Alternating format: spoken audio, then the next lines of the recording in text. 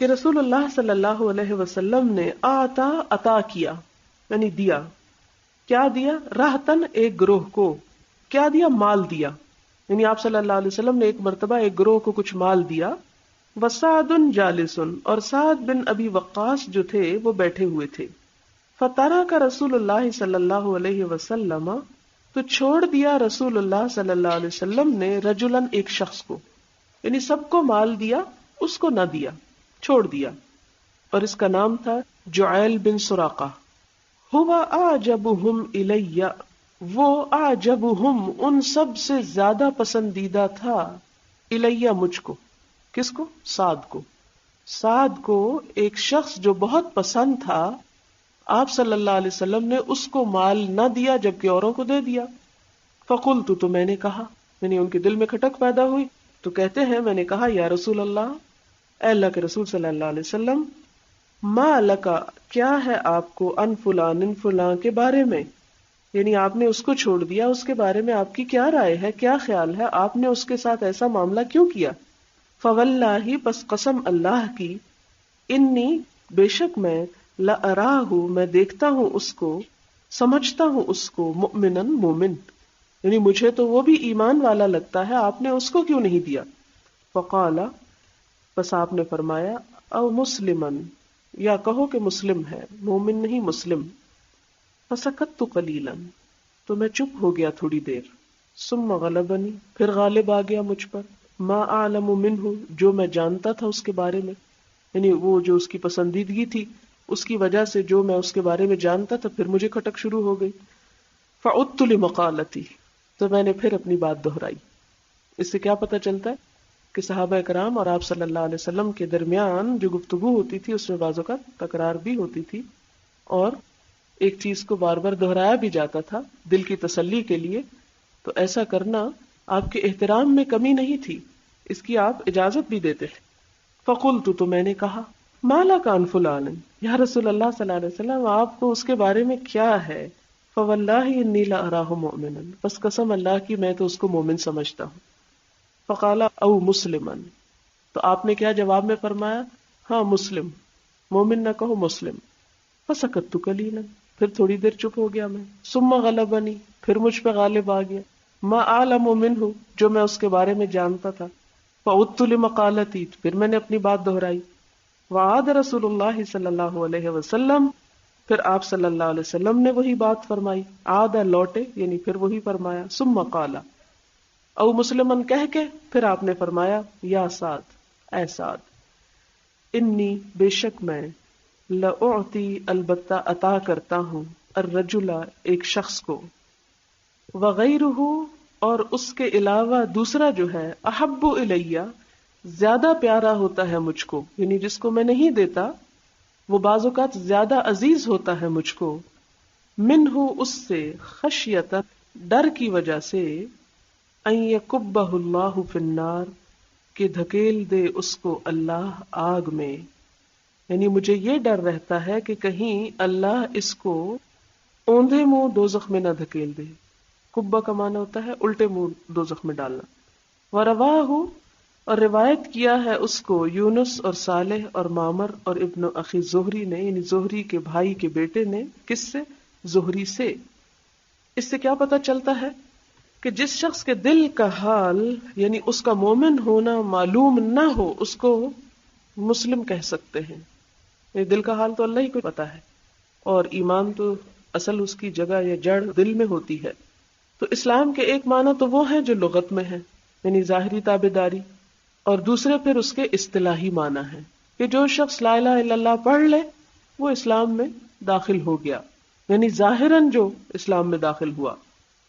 تو آپ کا مطلب کیا تھا کہ میں ایک شخص کو جانتا ہوں کہ اس کا ایمان ضعیف ہے، اور دوسرے شخص کو پکا ایماندار سمجھتا ہوں اور اس وجہ سے اس کو زیادہ پسند کرتا ہوں، لیکن ضعیف ایمان والے کو دے دیتا ہوں، پکے ایمان والے کو چھوڑ دیتا ہوں.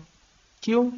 کہیں ایسا نہ ہو کہ ضعیف ایمان والا اسلام سے دور ہو جائے، اور جو پکے ایمان والا ہے اس کا ایمان اچھا ہے، اس کے بارے میں مجھے تسلی ہوتی ہے کہ اگر اس کو نہ بھی دیا گیا تو یہ دور نہیں جائے گا، اور یہ آپ کے اعتماد کی وجہ بھی تھی. اب مثال کے طور پر آپ دیکھتے ہیں کہ آپ کے گھر والے آپ کو بہت عزیز ہوتے ہیں، آپ کے بچے، آپ کے بہن بھائی، لیکن جب کوئی مہمان آتا ہے بعض اوقات وہ ناپسندیدہ بھی ہوتا ہے، مثلا خواتین کے لیے سسرالی رشتہ دار. تو ایسے موقعوں پر رکھ رکھاؤ کے لیے کیا کیا جاتا ہے؟ بعض اوقات اپنے بچوں کو کچھ نہیں دیا جاتا، اور جو کچھ گھر میں ہوتا ہے وہ سب کچھ ان رشتہ داروں کی خوشی کی خاطر ان کے سامنے رکھ دیا جاتا ہے، جن کو بعض اوقات انسان اپنی بعض فطری کمزوریوں کی وجہ سے، ان میں نہیں خرابی ہوتی، اپنی کمزوری ہوتی ہے، اپنی کمزوریوں کی وجہ سے ان کو اچھا نہیں سمجھتا.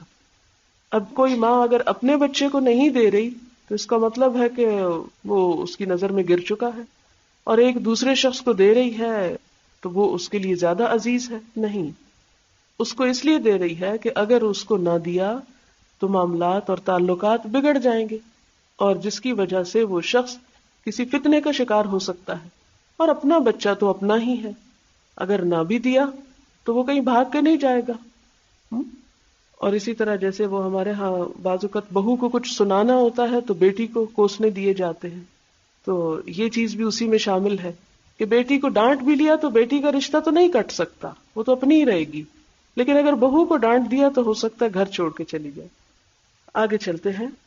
باب افشاء السلام من الاسلام. افشاء پھیلانا، السلامی سلام کا، من الاسلام اسلام سے ہے، یعنی اسلام کا حصہ ہے. وقال عمار، اور عمار نے کہا، سلاسن تین چیزیں، من جس نے، جمع کر لیا، ہن ان کو، جس نے ان تین چیزوں کو جمع کر لیا، فقد جمع الایمان، اس نے ایمان اکٹھا کر لیا، سمیٹ لیا، جمع کر لیا. وہ کیا ہے؟ نمبر 1، الانصاف، انصاف، من نفس کا، اپنے دل سے، اپنے دل میں یا اپنے دل سے یا اپنے آپ سے، وبذل السلام، اور پھیلانا سلام کا، للعالم، دنیا کے لیے، والانفاق، اور خرچ کرنا، من الاقتار، تنگی میں. یہاں آپ کو ایک اور مسئلہ واضح کرتی چلی جاؤں کہ امام بخاری بعض اوقات ایک باب باندھتے ہیں اور اس کے لیے ساتھ ہی کسی کا قول لے آتے ہیں. مثلا عمار کا قول ہے، یہ حدیث نہیں ہے، ٹھیک ہے. اب یہاں پر بعض اوقات ایسی روایات آ جاتی ہیں جو صحت کے اس درجے پر نہیں ہوتی جو اصل ٹیکسٹ میں نیچے سند کے ساتھ احادیث ہوتی ہیں. بعض اوقات لوگ کہتے ہیں جی صحیح بخاری میں یہ لکھا ہوا ہے، یہ حدیث لکھی ہوئی ہے، حالانکہ وہ اصل نص نہیں ہوتی، وہ اوپر کا حصہ ہوتا ہے، امام بخاری کا اجتہاد ہوتا ہے، یا کسی شخص کا کوئی خوبصورت قول ہوتا ہے، یا کوئی ایسی حدیث ہوتی ہے جو صحت کے اس درجے پر نہیں ہوتی جو یہاں ہے. تو اس لیے یہ ایک نئی بات آج یاد رکھیں کہ باب کے ساتھ دلیل کے طور پر بعض اوقات کوئی آیت لاتے ہیں تو آیت ہے نا، بعض اوقات کوئی حدیث لاتے ہیں، اور بعض اوقات کسی کا قول لاتے ہیں، بعض اوقات صرف اپنی ہی طرف سے ایک اجتہاد پیش کرتے ہیں. کسی بھی انسان کا اجتہاد، خواہ وہ امام بخاری ہی کیوں نہ ہو، صحیح بھی ہو سکتا ہے اور غلط بھی ہو سکتا ہے. اس لیے ہمارے لیے ان کا اجتہاد حجت نہیں ہے. ہمارے لیے حجت کیا ہے؟ یہ اصل ٹیکسٹ جو حضور صلی اللہ علیہ وسلم سے ثابت ہے. اس لیے اس فرق کو سمجھنے کی کوشش کریں. بہرحال بڑا خوبصورت قول ہے کہ تین چیزیں ایسی ہیں کہ اگر کسی کو میسر آ جائے تو گویا اس نے اپنے اندر ایمان کو اکٹھا کر لیا، ایمان سمیٹ لیا. پہلی بات ہے الانصاف من نفسک، اپنے جی میں انصاف کرنا. اس کے دو معنی، ایک تو یہ کہ اپنے ساتھ انصاف کرنا، یعنی اپنے کو زیادہ رعایتیں بھی نہ دینا اور اپنے ساتھ ظلم بھی نہ کرنا، کیونکہ بعض اوقات انسان دوسروں کے لیے سختی کرتا ہے اور اپنے ساتھ رعایت برتا ہے، یہ انصاف نہیں ہے، اپنے ساتھ یہ ظلم ہے.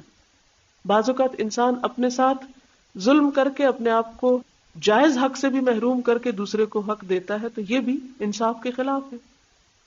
لہذا انصاف یعنی عدل کے معنوں میں ہے کہ اپنے سے انصاف کرنا. پھر اسی طرح اپنے جی میں انصاف کرنا، یعنی اپنے اندر، اپنی سوچ میں اور اپنے خواہشات اور ان تمام چیزوں میں اعتدال پیدا کرنا.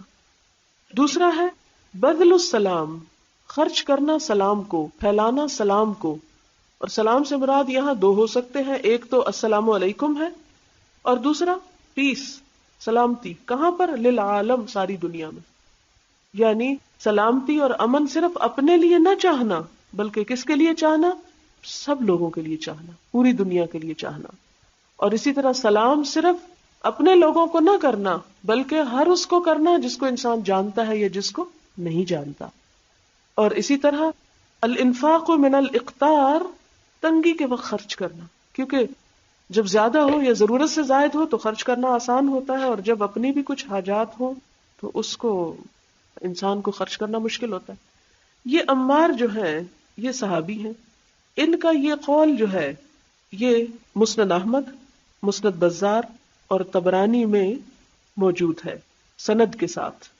یہاں بغیر سند کے امام بخاری لائے ہیں، صرف یہ کہہ کے قال عمار. امام بخاری کو عمار کا قول کیسے پہنچا یہاں انہوں نے سند نہیں لکھی، کیونکہ وہ اصل ٹیکسٹ میں نہیں لا رہے، اس کو باب کی دلیل کے طور پہ لا رہے ہیں، اپنی بات کے لیے ایک سپورٹ کے طور پر. لیکن یہ قول موصولن یعنی سند کے ساتھ دوسری کتابوں میں موجود ہے. حدیث ہے حدثنا قتيبة قال حدثنا الليث عن يزيد بن ابي حبيب عن ابي الخير عن عبد الله بن عمرو ان رجلا سأل رسول الله صلى الله عليه وسلم اي الاسلام خير. ایک شخص نے حضور صلی اللہ علیہ وسلم سے پوچھا کون سا اسلام اچھا ہے، کون سا اسلام بہتر ہے. قال تطعم الطعام، کھانا کھلاؤ، وتقرأ السلام، سلام کرو، علی من عرفت، ہر اس شخص کو جس کو تم پہچانتے ہو، ومن لم تعرف، جس کو تم نہیں پہچانتے. سلام کرو گے تو پہچاننے لگ جاؤ گے.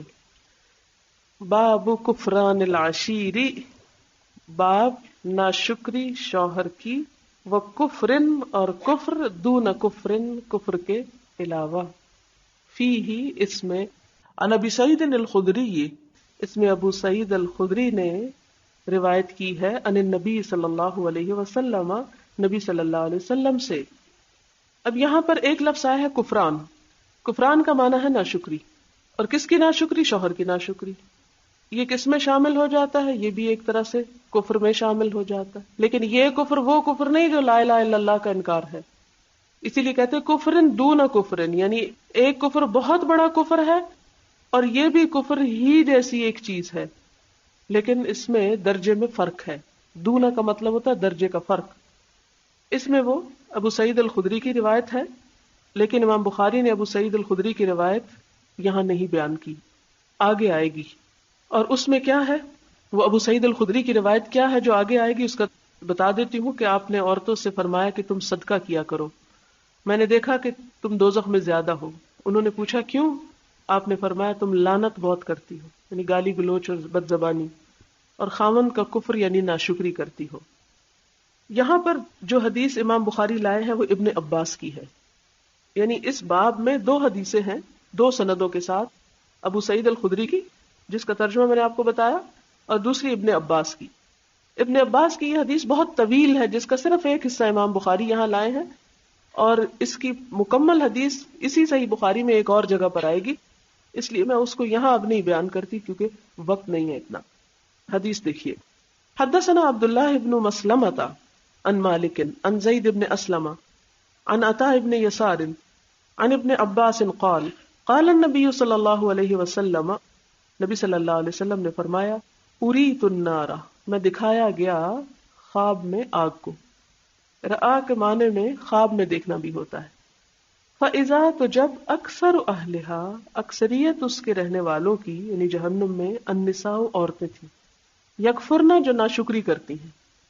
قیلا آپ سے پوچھا گیا ایکفرنا باللہ، کیا وہ اللہ کا کفر کرتی ہیں؟ قالا یکفرنا العشیر، نہیں شوہر کی ناشکری کرتی ہیں. لفظ ایک ہی ہے کفر، لیکن دو مختلف معنوں میں استعمال ہو رہا ہے، کیونکہ ایک کفر اصطلاحی کفر ہے. اصطلاحی کا مطلب وہ مومن کے مقابلے میں کافر، اور ایک ایمان میں آ کر کفر کے جیسے کام کرنا.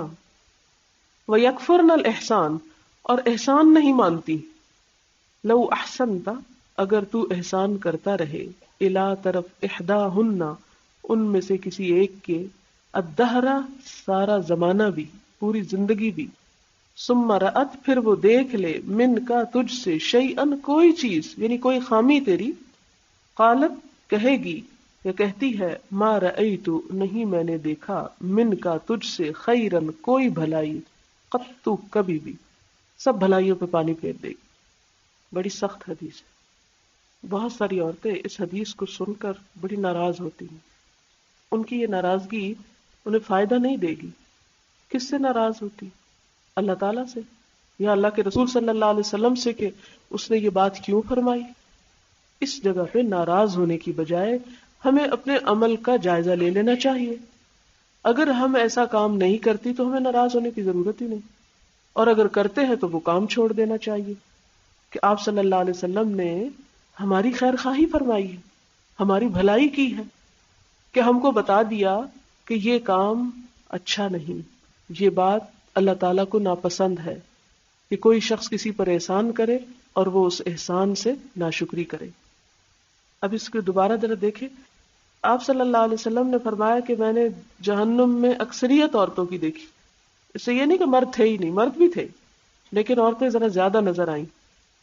اور ان کا گناہ کیا تھا؟ یکفرنا، کہ کفر کرتی تھی.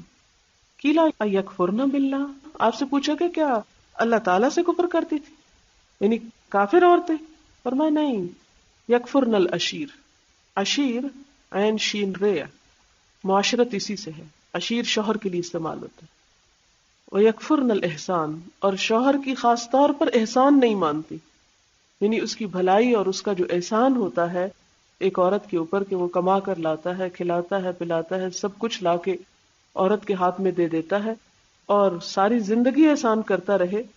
تو پھر اگر عورت کو ایک بات بری لگے شوہر کی تو اس کی پچھلی ساری نیکی پہ پانی پھیر کے زبان سے یہ کہہ دیتی کہ میں نے تجھ میں کبھی کوئی بھلائی نہیں دیکھی، تم نے میرے ساتھ کبھی اچھا نہیں کیا. حالانکہ اگر وہ غور کرے تو آپ دیکھیں کہ ایک عورت، کیونکہ اسلام نے تو جہیز لانے کو نہیں کہا، اگر ایک عورت خالی ہاتھ بھی شوہر کی طرف آتی ہے اور سارا گھر اور بہت ساری سہولیات اور زندگی گزارنے کی نعمتیں جو اس کو میسر آتی ہیں، یہ شوہر کی کمائی کے بدلے میں ہی آتی ہیں، اس کی محنت اور اس کے خون پسینے کے نچوڑ. ایک مرد جب ساری زندگی پڑھتا ہے اس کے بعد پھر جاب کرتا ہے یا کوئی تجارت کرتا ہے یا مزدوری کرتا ہے یا جو کچھ بھی کرتا ہے تو وہ خود تو اپنی ذات میں اکیلا ہی ہوتا ہے. تو لا کے جب وہ دیتا ہے عورت کو، عورت اپنے اوپر، بچوں پہ، گھر پہ، جدھر جیسا چاہے خرچ کرتی ہے. اور پھر کیونکہ شوہر بھی ایک انسان ہے اور انسان سے غلطی ہو جاتی، انسان کمزور ہے، پھر اگر اس سے توقعات اس کی پوری نہیں ہوتی تو جو اس نے احسان کر رکھا تھا اس کے بھی انکار کر دیتی ہے. اس چیز کو ناپسند کیا گیا اور اس چیز سے بچنا چاہیے. اور خاص طور پر ان الفاظ سے تو لازماً بچنا چاہیے، خواہ شوہر کتنا بھی برا کیوں نہ ہو، کہ تو نے مجھ پہ کبھی کوئی احسان نہیں کیا، میرے ساتھ کوئی بھلائی نہیں کی. ابھی آپ سوچ رہے ہو کہ کتاب الایمان میں اس حدیث کا کیا مطلب ہے. تو بات یہ ہے کہ یہاں پر ایمان کا جو اپوزٹ ہے کفر، اب اس کی بات ہو رہی ہے. اور کفر کے بھی پھر درجات ہیں. ایک اعتقادی کفر ہوتا ہے اور ایک عملی کفر ہوتا ہے. یہ عملی کفر کی نشانی ہے، اعتقادی کفر نہیں. یعنی ہو سکتا ہے ایک عورت کلمہ بھی پڑھتی ہو اور پھر ایسا کام کرتی ہو، تو اسی لیے اس کفر کو ناشکری کہا گیا. کیونکہ صحابہ کرام کو بھی یہی شک ہوا نا کہ یکفرنا، یعنی اللہ تعالیٰ کا انکار کہ نہیں اعتقادی کافر ہے. فرمایا نہیں، اعتقادی نہیں، عملی ناشکری کا شکار ہے. باب المعاصی کے گناہ من امر الجاہلیت، جاہلیت کے کام ہے. جاہلیت کا لفظ اسلام کے اپوزٹ بولا جاتا ہے. اسلام ایک روشنی کا نام ہے، علم کا نام ہے، جبکہ جاہلیت اس دور کو کہتے ہیں جو اسلام سے پہلے تھا، لا علمی کا دور تھا، ظلمات اور اندھیروں کا دور تھا. ولا یکفر، اور نہ کافر کہا جائے گا، نہ تکفیر کی جائے گی، صاحبہا، اس کے کرنے والے کو، بارتکابہا، ان کے ارتکاب سے. کس کے ارتکاب سے؟ امور جاہلیت کے ارتکاب سے. الا بالشرک، ہاں اگر وہ شرک کا ارتکاب کرے تو. لقول نبی صلی اللہ علیہ وسلم، آپ صلی اللہ علیہ وسلم کے فرمان کے مطابق، انکا، بے شک تو، امرؤن، ایک شخص ہے، فی کا، تجھ میں، جاہلیتن، جاہلیت ہے، جہالت ہے. وقول اللہ تعالی، اور اللہ تعالی کا فرمان، ان اللہ، بے شک اللہ تعالی، لا یغفر، نہیں بخشے گا، ان یشرک بہ، کہ شرک کیا جائے ساتھ اس کے، ویغفر، اور بخش دے گا، ما دون ذالک، جو اس کے علاوہ ہے، لمن یشاء، جس کے لیے وہ چاہے. وان طائفتان، اور اگر دو گروہ، من المومنین، مومنوں میں سے، اقتتلوا جھگڑ پڑے لڑ پڑے، فاصلحوا تو صلح کرا دو، بینہما ان کے درمیان، فسماہم تو نام رکھا ان کا بھی المؤمنین مومن۔ کیا مطلب ہے اس کا؟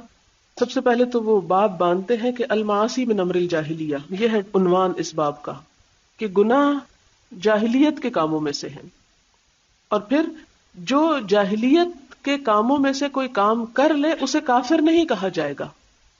ہاں شرک، اگر وہ شرک اختیار کرتا ہے تو پھر اسے کافر کہا جا سکتا ہے، لیکن شرک کے علاوہ اگر اس سے کوئی اور بڑے سے بڑا گناہ بھی ہو جاتا ہے تو اس شخص کو کافر نہیں کہا جائے گا۔ کیا دلیل ہے اس کی؟ آپ صلی اللہ علیہ وسلم نے ایک موقع پر اپنے ایک صحابی کو کہا تھا کہ انک امرؤ فیک جاہلیہ، تو ایک ایسا شخص ہے جس میں جاہلیت موجود ہے۔ اس کی وضاحت آگے آئے گی وہ کیا موقع تھا اور کس بات پہ آپ نے اس کو کہا تھا۔ اور اللہ تعالیٰ کا قول، یعنی شرک کا گناہ سب سے بڑا ہے کہ اللہ تعالیٰ ہرگز نہیں بخشے گا اگر اس کے ساتھ شرک کیا جائے، اور اس کے علاوہ سب چیزوں کو بخش دے گا جس کے لیے چاہے گا۔ اور پھر اگر مومنوں میں سے دو گروہ لڑ پڑے تو ان کے درمیان صلح کرا دو، تو فرمایا کہ لڑائی کے باوجود انہیں مومن کہا گیا، کافر نہیں کہا گیا۔ لڑنا کیا ہے؟ امور اسلام میں سے ہے، امور جاہلیت میں سے۔ تو امور جاہلیت کا ارتکاب کرنے والا کافر نہیں قرار دیا جاتا، لیکن ہمارے ہاں کیا ہوتا ہے، ہر چھوٹی بڑی بات پہ کافر کا فتویٰ مل جاتا ہے۔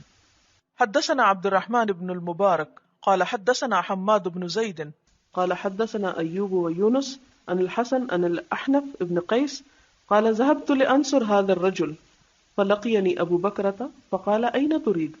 یہاں پر احنف بن قیس کہتے ہیں کہ ذهبت میں چلا، میں جا رہا تھا، میں گیا، لانصر کہ میں مدد کروں، هذا الرجل اس شخص کی، اس شخص سے مراد حضرت علی رضی اللہ تعالی عنہ ہے۔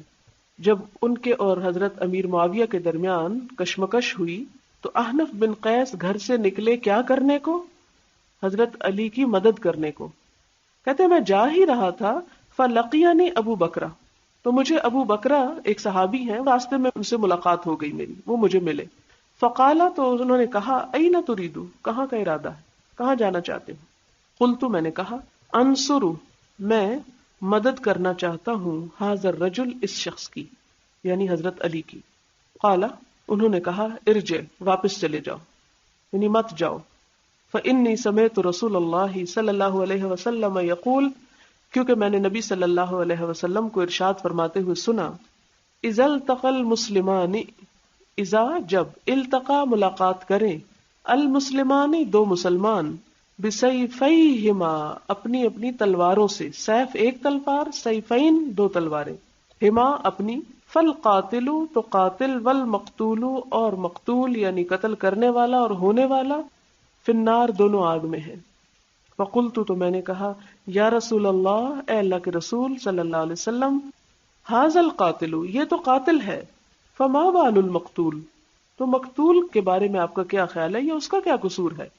قالا آپ نے فرمایا انہو بے شک وہ، کانا تھا، حریصن حریص حرص رکھتا، ارادہ رکھتا، علی قتل صاحب ہی اپنے ساتھی کو قتل کرنے پر، یعنی اپنے ساتھی کو قتل کرنا چاہتا تھا، اس لیے اس ارادے کی وجہ سے وہ بھی قاتل شمار ہوا، چاہے وہ قتل ہی کیوں نہ ہو گیا۔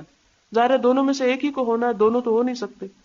اب یہاں پر کیا پتہ چلتا ہے کہ باہم مسلمانوں کی لڑائی امور جاہلیت میں سے ہے، لیکن اگر مسلمان لڑ پڑے تو ایسی صورت میں ان کو کافر نہیں کہا جائے گا، اگرچہ آپ صلی اللہ علیہ وسلم نے دو لڑنے والوں کو اور تلواریں اٹھانے والوں کو جہنم کی بشارت دی۔ آپ دیکھیں کہ حدیث میں یہ آتا ہے کہ دونوں جہنم میں جائیں گے، لیکن پھر یہ لڑائی کیوں ہوئی تھی حضرت علی رضی اللہ تعالیٰ عنہ اور حضرت امیر معاویہ کی؟ امیر معاویہ بھی کاتب وحی تھے۔ تو یہ ہے کہ قرآن پاک میں ایک آیت ہے فَإِن بَغَتْ إِحْدَاهُمَا عَلَى الْأُخْرَى فَقَاتِلُوا الَّتِي تَبْغِي، اگر مسلمانوں میں سے ایک گروہ دوسرے پر زیادتی کرے، ان بغت بغاوت کرے، احداہما ایک گروہ ان کا، علی الاخری دوسرے پر، تو ایسی صورت میں کیا ہے، اجازت ہے، فقاتلوا تو جنگ کرو، لڑو اس سے، التی تبغی جو بغاوت کرتا ہے، یعنی بغاوت کی شکل میں ایک مسلمان کو دوسرے مسلمان کے خلاف تلوار اٹھانے کی اجازت ہے، کس لیے؟ اس ارادے سے نہیں کہ میں مسلمان کو قتل کرنے جا رہا ہوں، اس ارادے سے کہ میں بغاوت کو ختم کرنے جا رہا ہوں تاکہ مسلمانوں کے درمیان فتنہ اور فساد ختم ہو جائے، امن کا دورہ ہو۔ اور کیا کہا گیا، تم کس کا ساتھ دو؟ جو فتنے کو ختم کرنا چاہے، اس کا نہیں جو فتنہ ابھار رہا ہو۔ اب دونوں ہی صحابی ہیں اور دونوں ہی اپنی اپنی جگہ پر اپنی اہمیت رکھتے ہیں، تو ان میں سے یہ ہے کہ اگر کسی سے اجتہادی غلطی ہو، یعنی ایک شخص اپنے آپ کو حق پر سمجھ رہا ہے اور اس کے پاس دلیل بھی ہے، لیکن ہو سکتا ہے کہ اس کا اجتہاد غلط ہو۔ آپ کو معلوم ہے کہ حدیث میں آتا ہے کہ مجتہد اگر درست فیصلہ کرے تو دگنا اجر، اور اگر غلطی بھی کرے تو بھی اجر۔ اس لیے ان میں سے جو اجتہادی غلطی پر تھا اللہ تعالیٰ اس کو بھی معاف کر دے گا۔ اس قسم کی جو باتیں ہیں کہ کون حق پر تھا اور کون نہیں تھا، کس کا کتنا قصور تھا اور یہ کیوں ہوا، یہ سب باتیں، ان کا جواب ہمیں قرآن یہ دیتا ہے، تلک امۃ قد خلت لہا ما کسبت ولکم ما کسبتم ولا تسألون عما کانوا یعملون۔ وہ ایک گروہ تھا، تلک امۃ قد خلت، گزر چکا، لہا ما کسبت، اس کو مل جائے گا جو اس نے کچھ کیا، جو کمائی کی، ولکم، اور تمہیں کیا ملے گا، ما کسبتم، جو تم نے کمائی کی۔ ان بحثوں میں پڑنے کی بجائے کہ کون حق پہ تھا اور کون ناحق، کیا کرو، کام کرو، کیونکہ تمہارا کام تم سے دیکھا جائے گا۔